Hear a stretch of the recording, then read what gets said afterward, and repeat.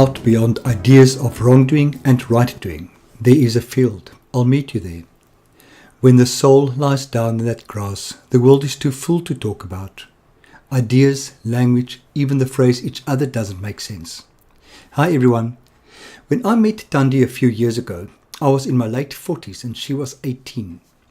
I immediately liked her a lot and felt an immense amount of compassion towards her. Yet we never really connected though. I moved out of Cape Town and hardly ever saw her again, until I started running into her again about 2 years ago in service structure meetings of a fellowship we both belonged to. She was still the lovely young lady I met a few years ago. But something has changed. We have been connecting a bit more since then, and today we bring you the story of Thandi's journey. This podcast is supported by the First Layer, the 12-step workbook on working through the 12 steps in any addiction in 21 sessions. There's also a 24-day step coaching and counseling program available based on the First Layer. For more information in this regard, go to www.freddy.org.za and click through from the notices at the right of the homepage. Meet Me in the Field also enjoys the support of African Travel Kid Adventures and Tours, the travel company that will help you to make the unknown your known. Check them out at africantravelkid.com. Sit back and enjoy.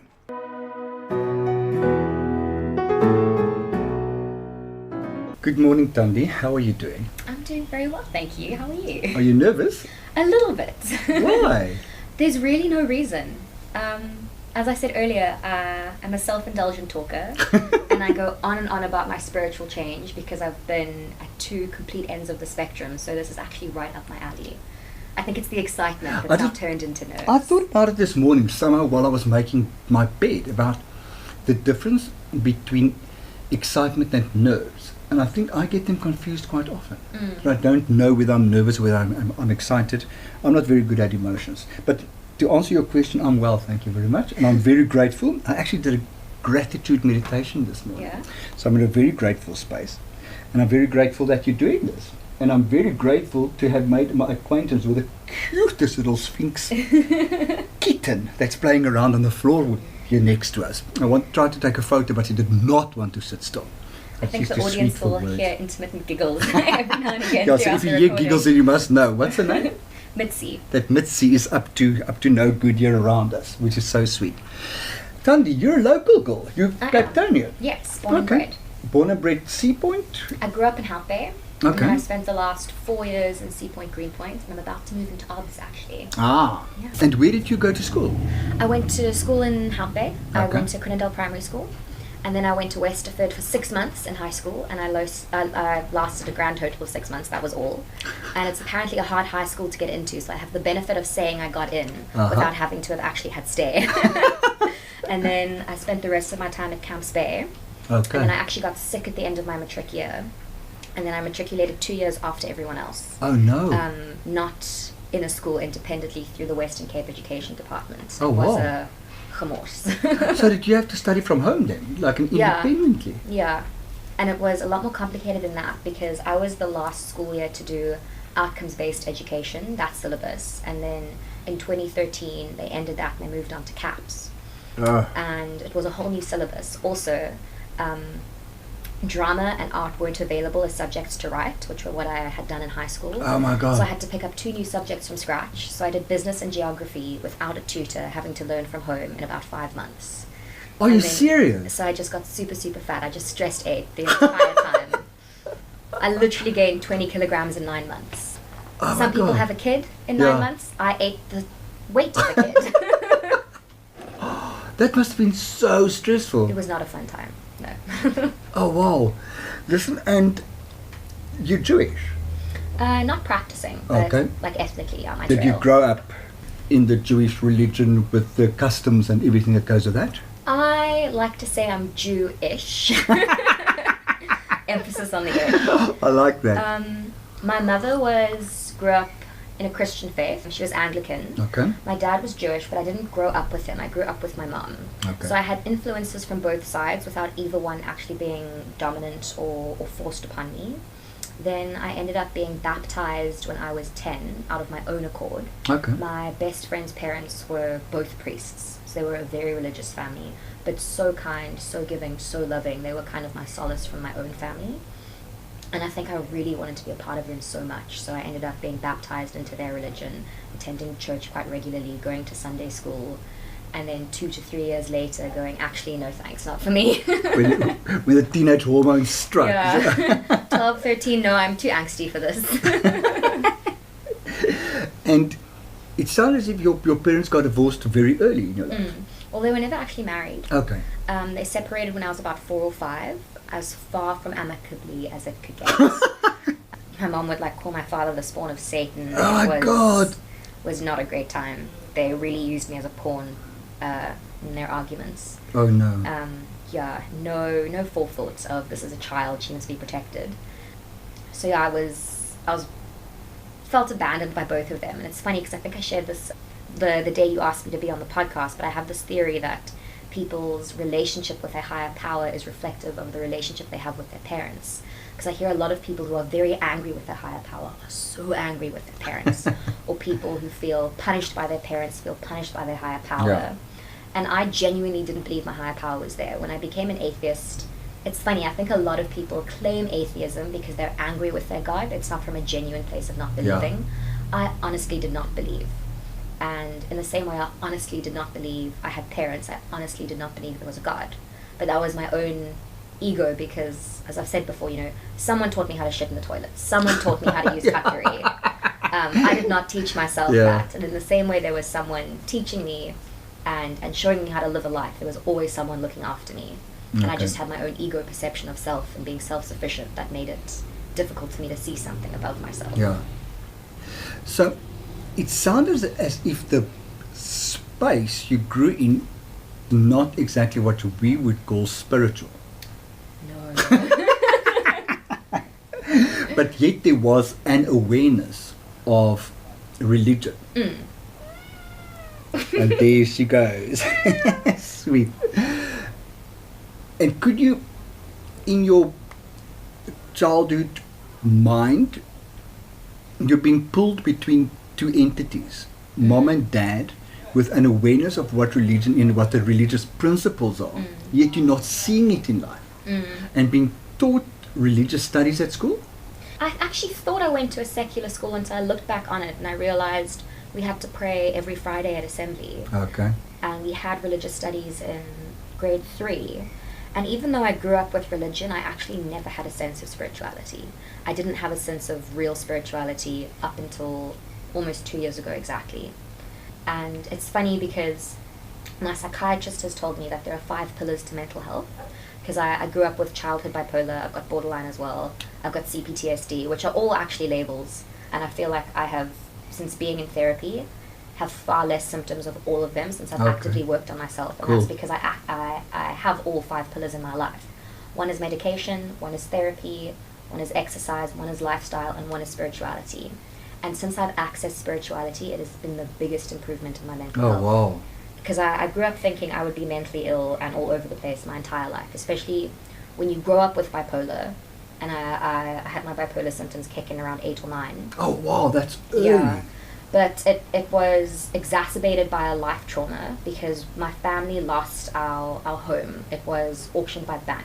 Okay. So, and it happened on my 7th birthday. Oh, no. And it's funny because the number 7 will come up in my sharing of how I came to believe later. But it was my crown birthday, and everyone was saying, oh, this is going to be your best birthday. And then on the birthday, there were people walking through the house saying, oh, we're going to bash down this wall, we're going to put another room there, and it was awful. So I began to hate the number 7. Shame. And we were eventually basically evicted the following year when I was 8. And my mother, who was already an alcoholic, who I don't believe is a full-on borderline, but has many borderline traits. Okay. Which made for a very unfun upbringing. That was just propelled into an even darker space. And now as an adult, I can understand that there was really no way for her to cope. I mean, her whole life fell apart. So I was living with an alcoholic mother. I'd gone from having an older brother and an older sister in the family with my mom and I in a home with over 4 bedrooms, and my mom and I were forced into a cottage with only 4 rooms. And my brother and sister were old enough to not stay in the home. Okay. So I was alone with her. And her behavior was also very much kept a secret between us. My family still doesn't actually really grasp or believe the things I told them that happened. So all that stress of having a mother completely change and abdicate her role as a parent. So you became the mother. Oh, yeah. And it's funny because the first time I entered therapy, they said, you parent your mother a bit. And I went, no, she just needs help. And then the following year, I heard there's been a role reversal. And I went, no, I just parent her sometimes. And then I was at a clinic at 16, and they said, this is codependence. And I went, no, it's just a small role reversal. And then when I entered SAA, a covert incest. And I went, no, it's just codependence. And it was just a process of taking a really long time to grasp what had happened. So it was a step-by-step progressive breaking of the denial. Yeah. It took a few years, but you eventually Wow. got there. Yeah, and it's funny because, so Buddha's realization is I've just realized that I've always been realized. And I actually don't know when I did realize fully what had happened, because at some stage I always knew. And there was just so much denial impeding me from that realization. And when I realized, I had always realized, I always knew. And even now, there's things that I realized were very unwell when I was 4 or 5 years old. And I think, no, but a piece of me knew that. But only as an adult can I actually integrate and deal with that knowledge. Because I believe there's things we're not able to deal with them when they happen. And we can't berate ourselves for taking so long to deal with traumas, because we're not ready at certain ages. And that's where something like emotional incest is such an important thing to realize that it's happened. Yeah. We need to be emotionally mature enough to deal with certain things in life before those things should happen to us. Listen, Thandi, so effectively you realize that there's a need for something, hence the move towards the religion. But it obviously didn't give you what you were looking for. No, it was for the wrong reasons. I was looking for acceptance from a family rather than a spiritual path. Yeah. It's mine, because intent is everything, and I had the wrong intent.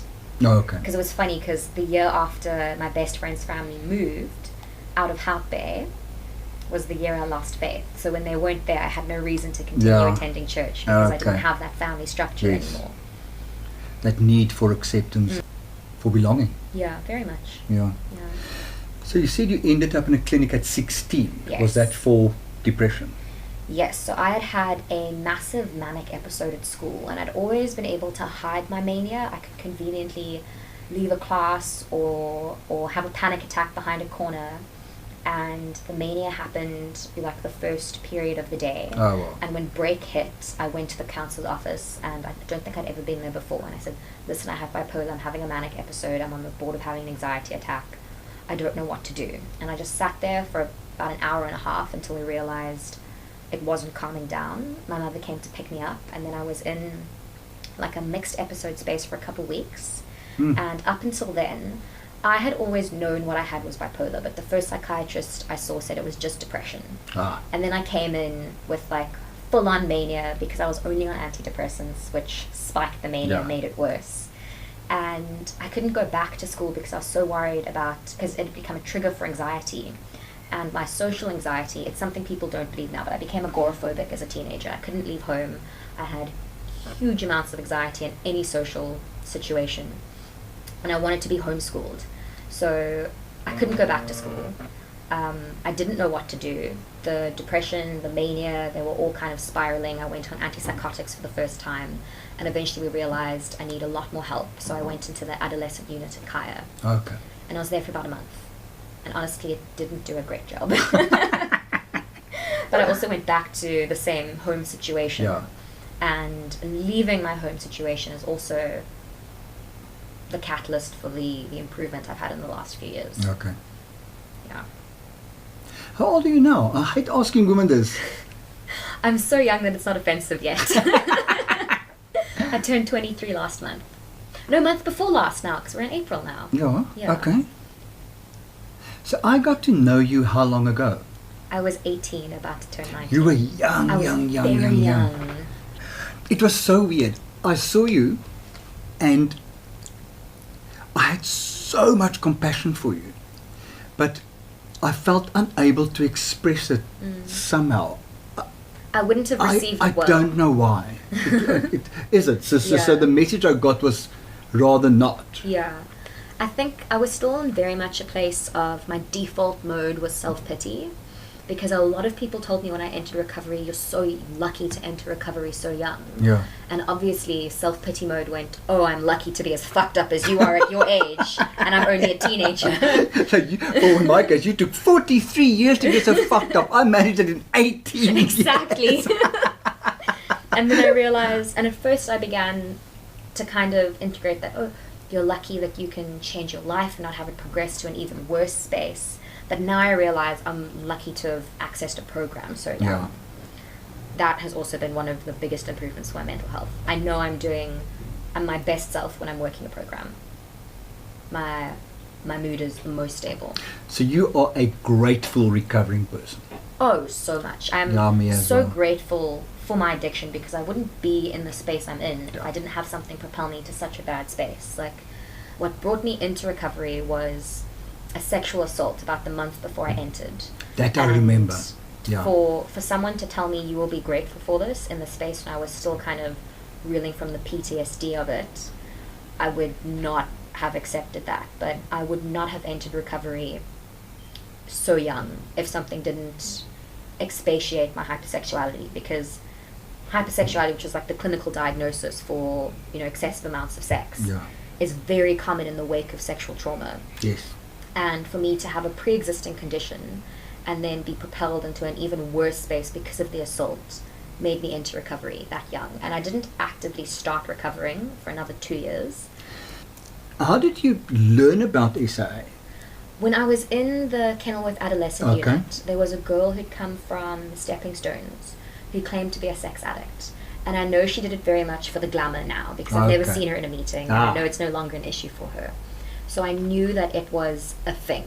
And then I remember being forced to come to the realization that my relationship with sex was far from healthy in the weeks following my assault. And I Googled sex addiction for the first time. Okay. And I found that 40 questions of self-diagnosis. I Googled SAA. I was living in Sea Point, and the only meeting at the time I could get to was the Greenpoint meeting, because I didn't have a car. I didn't even have a matric. My life has been so non-linear in what you would expect development to be. You're being an adult as a child, being a complete child as an adult, taking step one before I even learned how to parallel park.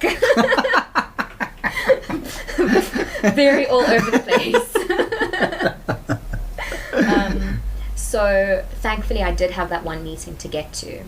And as I'm sure you know, and if people are familiar with our fellowship, there aren't a lot of women. Yeah. And it wasn't the most comfortable space for me to be in, but I was so desperate, I knew that I had to stay there. And I was also very lucky that my first meeting, someone was sharing their step one. Okay. And I learned very early to identify and not compare, because of me as an 18-year-old listening to people speak about paid for sex, and if I thought that's all sex addiction is, I don't have it. Yeah. But when I heard this person sharing about the shame they had and their compulsive pursuit despite hating what they were doing, I knew that was the space for me. If I'd attended any other regular meeting, I think I would have left. But I knew that was the space I had to be in. Okay. Until 2 years later I had a car and was in an awful space, and I knew that I had to find a sponsor, and I went to SLA looking for a female sponsor for the first time.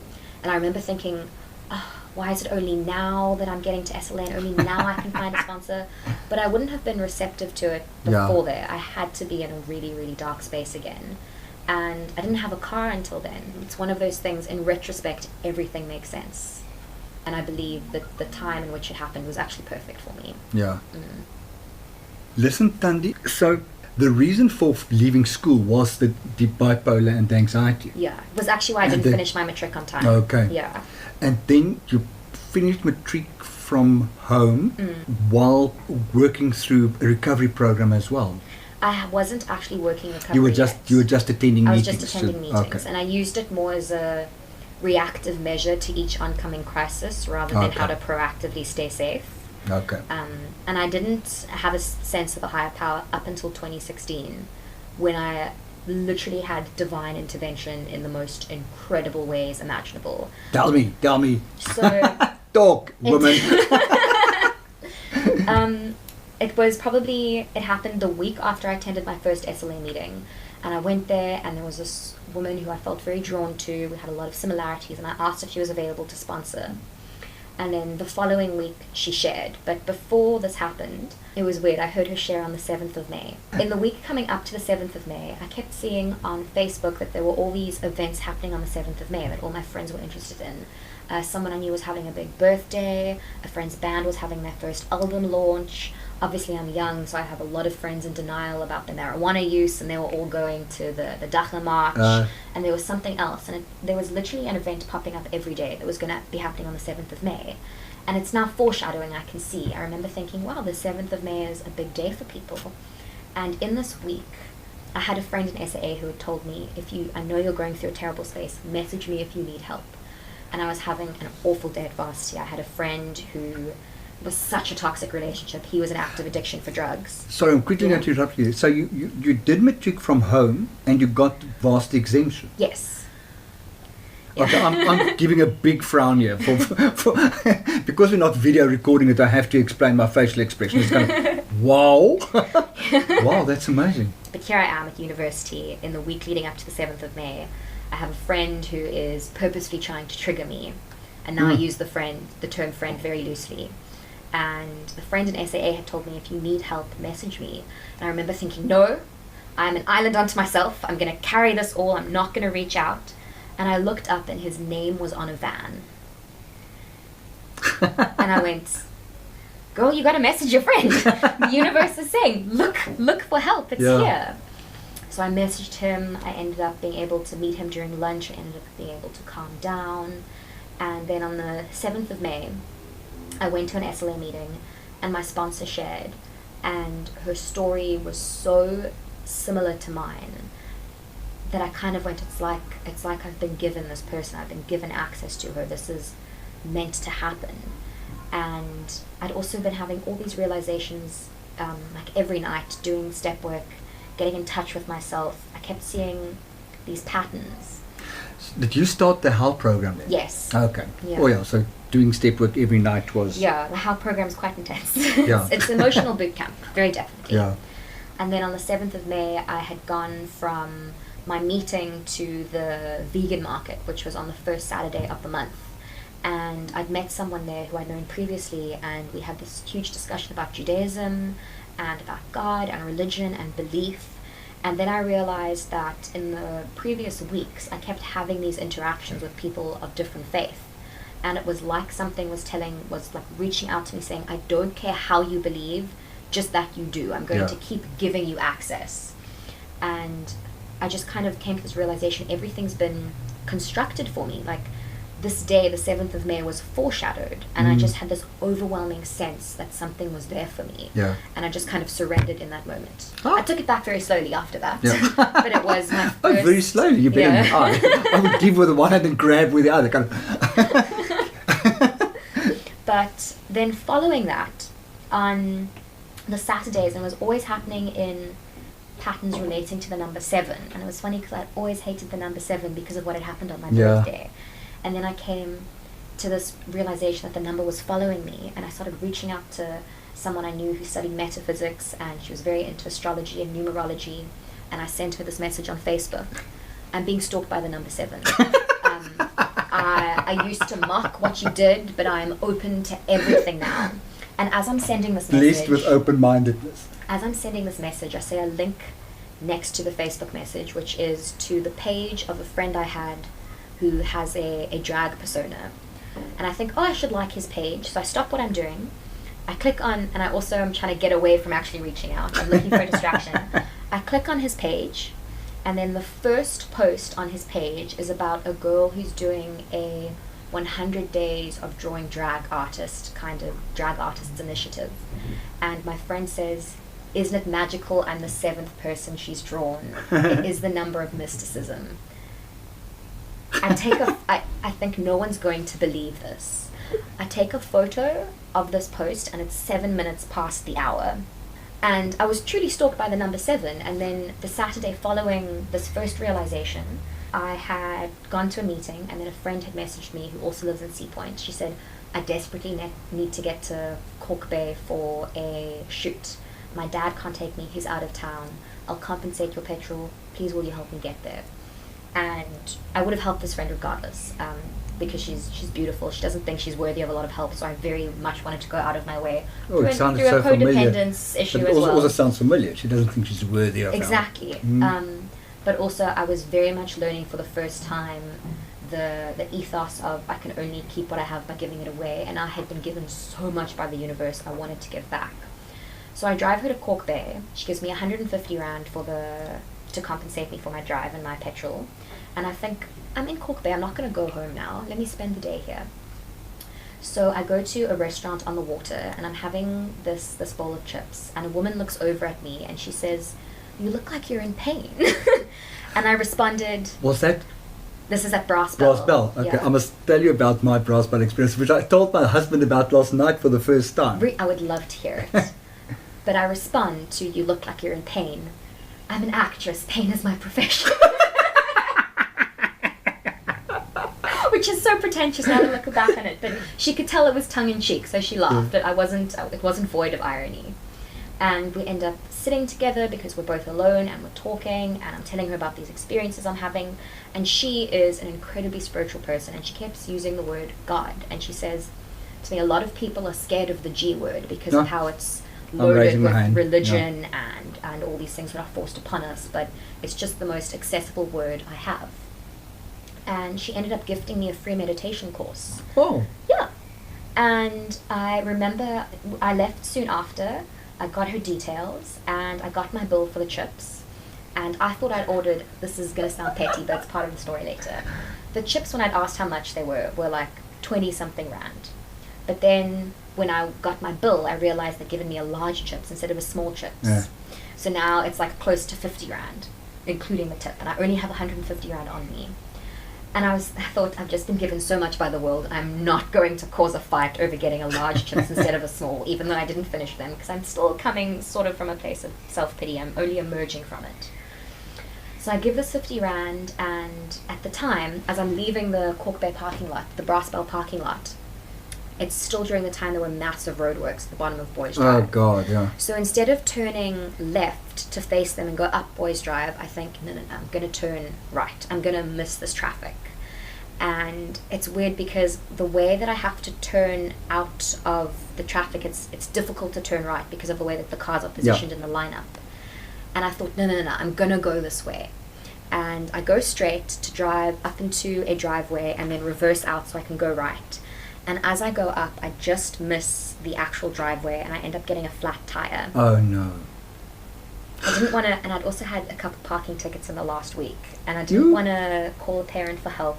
I wanted to be self-sufficient, and the second people saw me get a flat tire, they rushed up towards me and they said, can we help you? And I lied and I said, I have no money, I can't, because I was hoping I could call AA, because I have never changed a flat tire. Yeah. I'm still very much a little girl.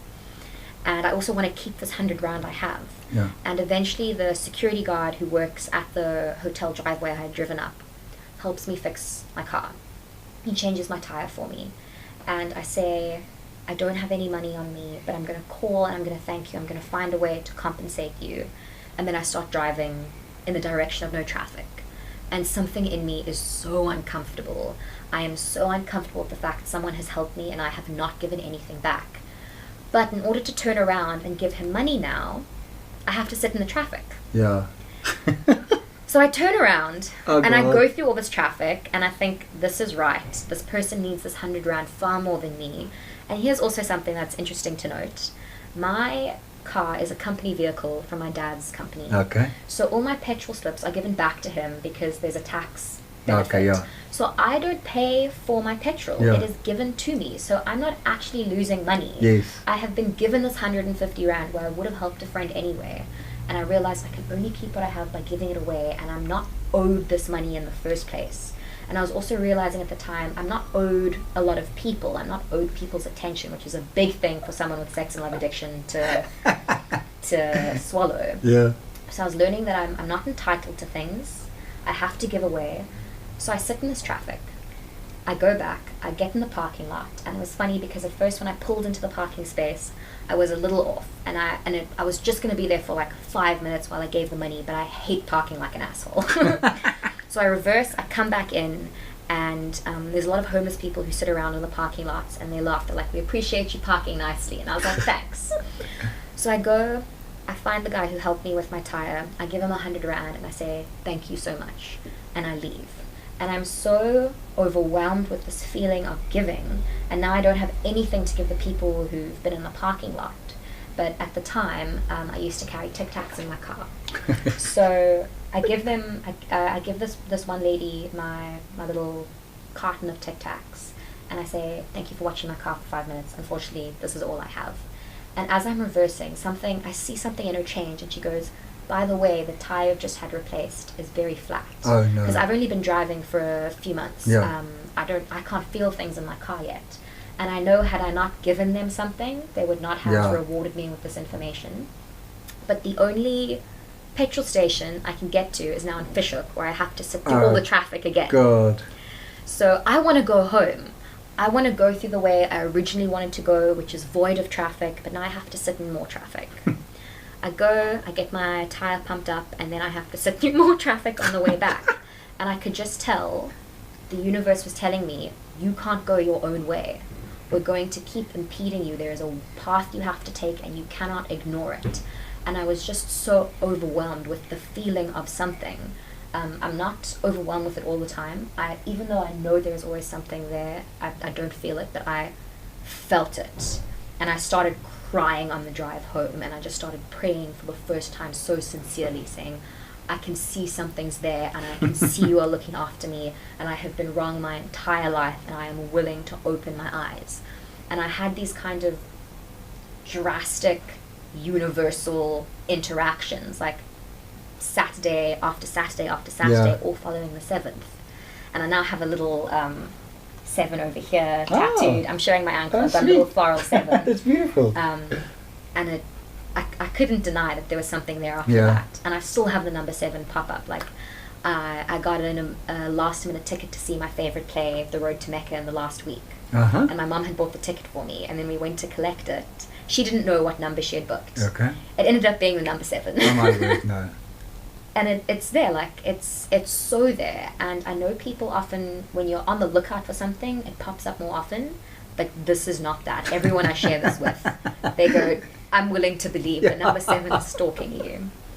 So it sounds as if that specific day for you was a day of, I don't know whether there's a word for what I want to use now, but as if it was a day of spiritual melody mixed with awakening, mixed with eventually the surrender of self-will, of closed-mindedness, of everything, as if that's the day that your mind opened for whatever it is to. Very much. That's amazing. And once I started opening, it just opened more and more. And this meditation course I was gifted, it worked on a lot on the writings of Eckhart Tolle. And we were doing a meditation where we were kind of finding a silence and then speaking to the inside of ourselves and seeing who responds and looking at the observer. And when I entered recovery, I used to hear a lot of people talk about my addict, and I used to think, that sounds like a convenient way to not look at your own behavior, like to convenient compartmentalization. And then I realized there is a me that knows what's best, and there's another side that's actually so, I don't want to use the word convenient, but useful to separate a very self-destructive side from a much deeper side that has innate wisdom. And it's so funny because the promise that we will intuitively know what is right, I kind of went, that's never going to happen. Because it's amazing how quickly it does happen. I hadn't had a sense of intuition for the longest time. I even did a casting workshop at university where we would sit in front of the camera and the rest of us would be asked questions by the director. How old do they look? Do they look like they're closer with their mother or their father?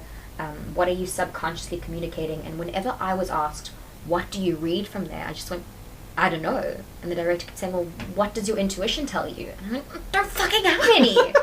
And then a couple weeks following this, So I have a dog, and I was living in Hout Bay during this time, and I used to take him for collie mix. A collie, Oh, he's gorgeous. Also He. such a higher power gift, My because he cat came as to well. me the day before my birthday. Ah. He was a street dog that found me the night before I turned 22. Oh, so he found you. He found me, and it was funny because when he walked into this restaurant, I assumed it was a restaurant I was working at. He walked into the restaurant, he came up to me, he sat in front of me as if to say, "Table for one, I'd like a menu when you're ready." And I thought this was the most beautiful dog I'd ever seen. I looked closer, because I was expecting his owners to come in, because it's a dog-friendly restaurant. No one followed.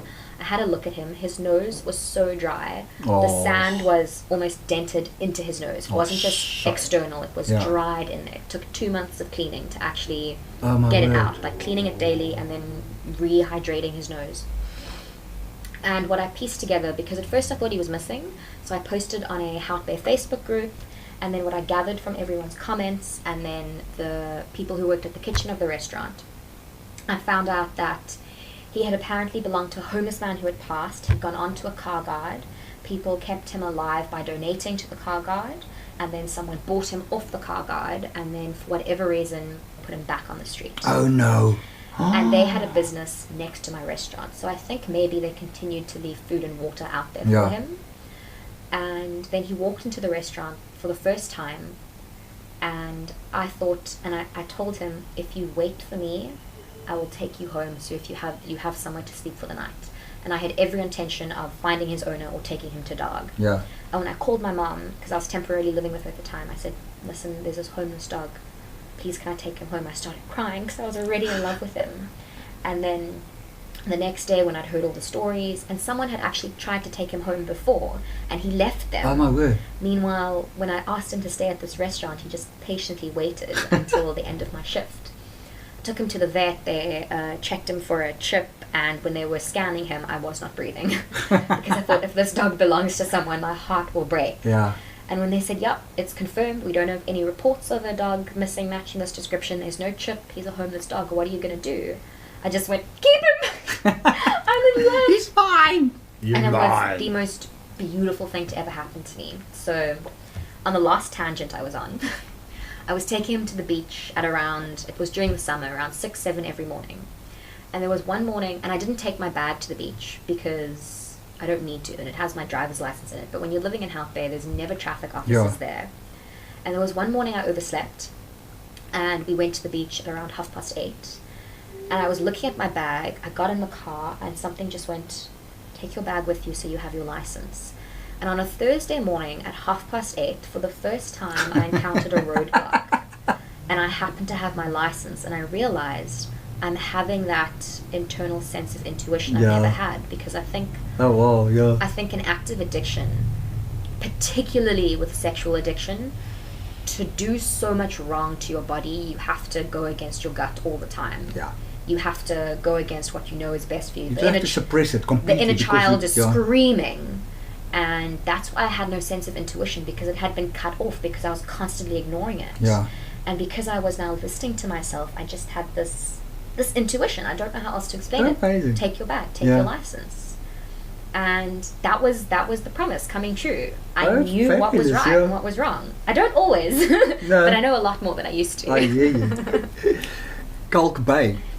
Please tell me. I told my husband last night. I don't know how we ended up doing that. And I arrived in Cape Town on the 5th of January 1993.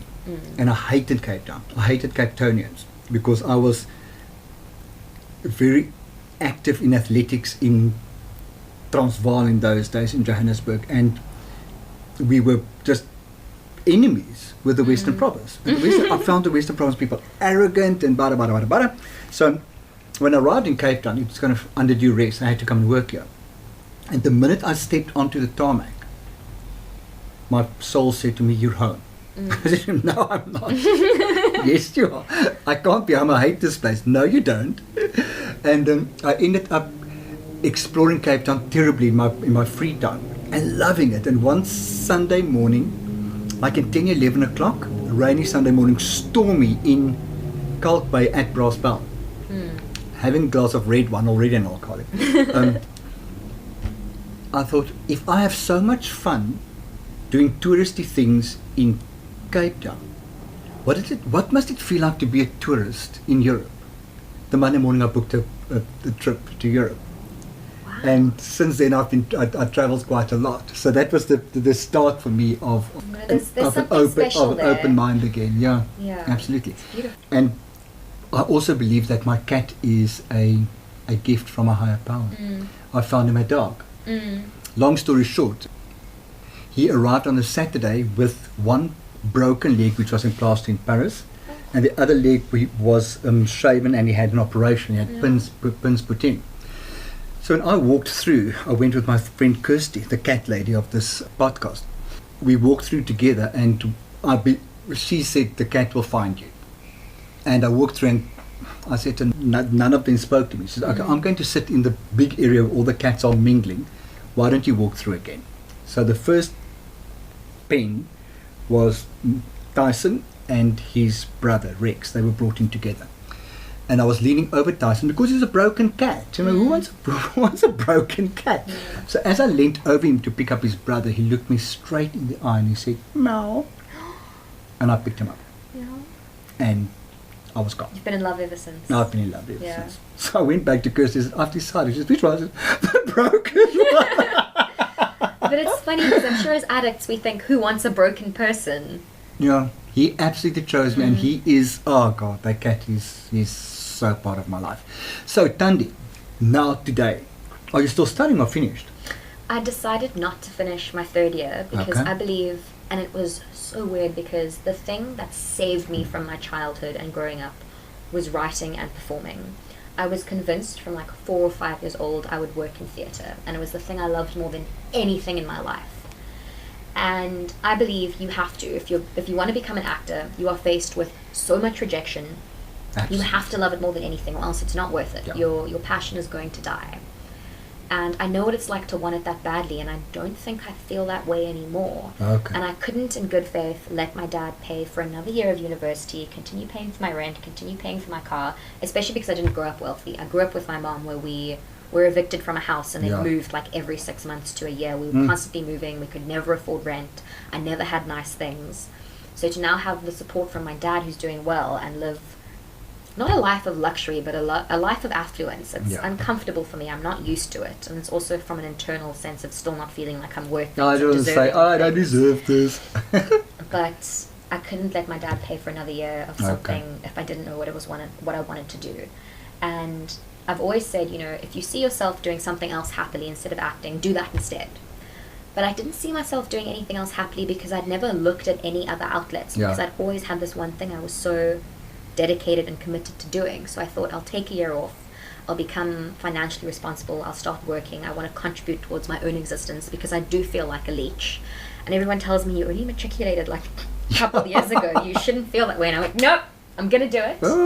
And I want to look for other outlets. And I think I've shared this before, but I'm thinking of becoming an addictions counsellor. And part of why I feel I don't need to act as much as I used to, it's not an avenue I want to completely cut off. But part of what acting was for me, it was the only place I could properly deal and express my emotions, and it was the only area in which I could be vulnerable. Yeah. Because I was not a vulnerable, open child. I kept so much to myself. But now, through meetings and having really, really real and intimate connections with people, I have the place to be vulnerable all the time, and I don't feel like I need acting as an outlet as much as I used to. It's also, I work so hard to keep my emotions stable. It's very difficult with borderline, and I feel like I need to do something where I'm not actually accessing emotions all the time. Maybe it's not healthy for me. Even kill better. Yeah. So the funny thing is, I'm actually, as a sober person, I work as an alcohol promoter. And I'm selling more alcohol than any of the people who drink. I have a client like that. Really? I'll be doing a TEFL course, so I can teach TEFL online. Then I'm gonna do a year's counselling course probably and see if it suits me. Or I'm still deciding. Probably not the more expensive one. Yeah. And over a year, if it is what I'm enjoying, if it is what I'm passionate about, I'll probably do a degree. But I'm picking up guitar. I'm doing a bunch of things this year that I've never done before, because in the same way, there's this David Foster Wallace quote. everything I've ever let go of has claw marks in it. And that was my I love that. relationship with performing. Yeah. I was holding onto it so tightly because it was also such a sense of identity for me. Like, I'm someone who loves the theatre, Yeah. and if I don't love the theatre, then I don't know who I am. So I just clung onto it because I didn't know what else I wanted, and I think I squished it. And I realized in the same way I can only keep what I have by giving it away. Closed hands receive nothing. I had to open my hand and let go of this passion, see if it comes back, and see what else can be filled. So that's what this year is about for me. I think Awesome. I will always be a performer. Yeah. It will always be a love of mine, but maybe not a career path. Yeah. Maybe it still will be. The first thing I did when I realized I wasn't going to go back to studying was put jewelry in my face. I thought, I can get piercings now. I'm having a personality change and I don't have to be on film. How can I externalize this internal crisis? As of today, what's your higher power? I don't have a concept of it. To me, I believe in it 100%. It's not a religious God. I've borrowed aspects. I think everyone who's tapped into it has an idea. I think everyone's accessing the same thing, just with different words and practices. And it's very difficult because people who tell me, you've had this whole, change, what is it you believe in? I can't conceptualize it because it isn't a concept, it's an experience. Oh, cool. And I don't think we're meant to understand it. Yeah. I have a lot of friends who are very invested in psychedelics and they've had a lot of experiences and we've had a lot of talks. Maybe we were created by something, maybe something found us and aided our development. I don't know, I'm open to many different things, but I also believe the trouble with opening your mind too much is that your brain might fall out. Bored out of it, yeah. So I take everything and I listen to everything, all with a healthy amount of consideration. I believe that it's loving. I believe it is completely able to forgive my discretions and actually knows my discretions are meant to happen. Yeah. Because I absolutely believe there's a plan, and I believe every wrong or difficult thing that happens is part of that plan, because technically nothing is right or wrong or good or bad. It's all the ego's perception. Like even my rape, it kind of just is. Obviously, from my ego's perception of self, it was a horrible, bad thing to happen. Yeah. But ultimately, here I am years later being able to see the good that came from that. And I don't believe in telling someone who's just experienced something traumatic not the right time, in the same way you can't deal with trauma until years later. It's someone's own personal thing to deal with. But another thing that I've learned is that even the bad things that have happened to me, sometimes I'm someone else's lesson, because life is very much process, not destination to me. Yeah. And if you look at the immediate effect as if like the place I want to be, nothing makes sense. But when you realize it's a slow process and things are unfolding, and maybe you're not meant to be the beneficiary of every lesson, sometimes you're part of it for someone else. Maybe someone's going to hurt you and learn from it in the future. That I find will neither regret the past nor wish to shut the door on it. Exactly. It's amazing once we reach that phase. Yeah. Oh my God, it's true. Yeah. My normal last question is, are you happy? I am, and I didn't really experience happiness up until 2 years ago, and it's a beautiful thing to have. I mean, even happiness is, I sometimes prefer to use the word fulfilled or content. Yeah. Because I think marketing the idea of happiness is ultimately unsustainable. Because, my rape didn't make me happy, but ultimately it made me fulfilled. The bad things don't always make me happy, but they're part of me being fulfilled. But I'm in a good mood today. I'm in a good mood most of the time. And I'm on very little meds. I actually went off my antidepressant a few weeks ago. Oh my God. And as someone who's lived depressed and been suicidal on and off since the age of 8, that's amazing. Oh my God. Yeah, I'm still on a low dose antipsychotic, but I'm doing better for the most part than I've ever been. Are you having tweets in your head? No. When I went off my antidepressants, I got tweets in my head. I've heard that before, And actually. I googled it, and that's not weird. I was walking I took the train from home to work, and it was a rainy morning, and I was walking on the station to work, and I heard these beautiful birds tweeting, and I said, it's pissing with rain. I don't think these tweets are in my head.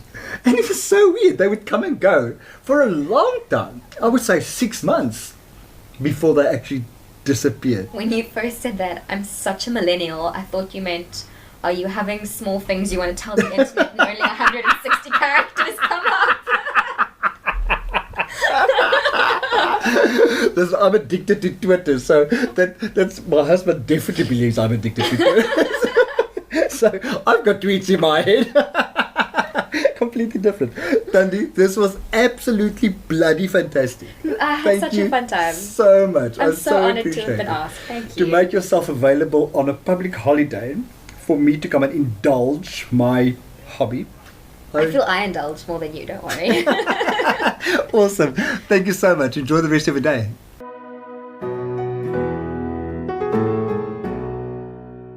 Upon arriving at Thandi's for the recording of this podcast, I saw a message sent by Yaku while driving there that I have left the laptop charger at home.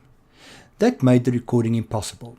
But, as Nelson Mandela said, it is only impossible until it gets done, or something along those lines. With cool heads, added determination, and Thandi's millennial tech knowledge, the recording happened, and I am incredibly grateful that it did. I am stunned at Thandi's young wisdom and get immense hope to hear how much better her coexisting conditions are these days. There is such a message there. My wish is that lots of people hear this and get to see some light for themselves through her journey. I have a new favourite quote. It is the one that Thandi used earlier by David Foster Wallace. Everything I've ever let go of has claw marks on it. Thanks, Thandi, for bringing it into my life. I have also recently read this one by an anonymous person. If I turn it over and do not let go of it, all that happens is that I end up upside down. I love it. If you want to know more about what I do, please feel free to connect with me on my website, which is www.freddy.org.za, or find me on Facebook at www.facebook.com/freddy.org.za, or on Twitter at @RensburgFreddy. Remember that Freddy is always spelled with an IE at the end. I want to thank you for listening. Be safe. Bye.